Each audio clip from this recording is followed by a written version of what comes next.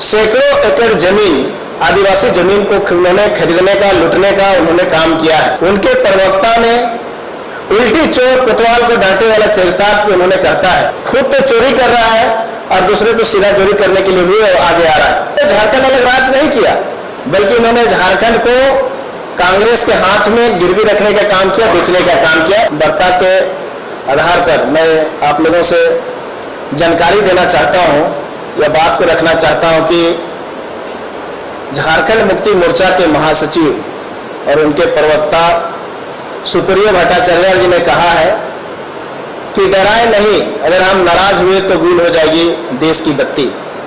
मैं उसी विषय पर आप लोगों के बीच में मैं रखना चाहता हूं। मैं ये कहना चाहता हूं कि 14 तारीख को हेमंत सोरेन जी को ईडी ने उसको समन जारी किया है।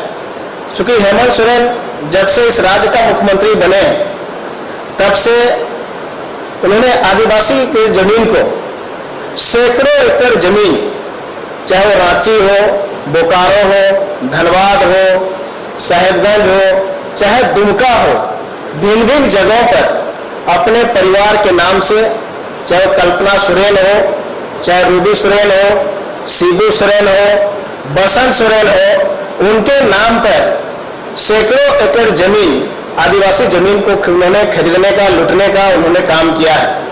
और इसी का जांच उनका चल रहा है और इसी को लेकर ईडी ने उनको समन जारी किया है कि आपने जो गलत ढंग से सैकड़ों जमीन जो खरीदे हैं उसको आपको जवाब देना चाहिए।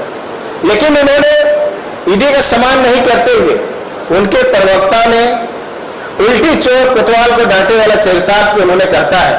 खुद तो चोरी कर रहा है और दूसरे तो सीधा चोरी करने के लिए भी आगे आ रहा है।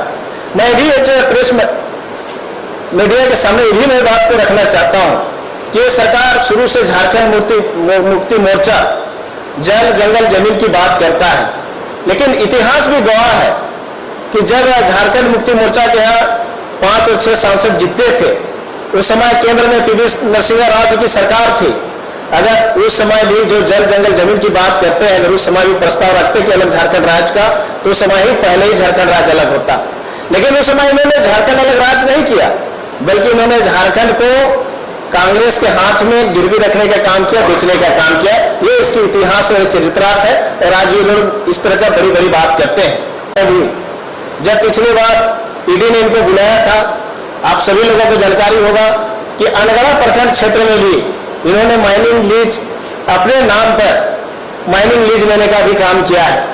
केंद्र सरकार का भी एक योजना आया था कि झारखंड के जनजाति समाज के बेरोजगार ज्योतियों को अगर कोई फैक्ट्री खोलना चाहता है या छोटे छोटे उद्योग धंधा करना चाहता है, तो वैसे लोगों को भी सरकार जमीन मुहैया करे और वो अपना रोजगार का सृजन कर सकता है।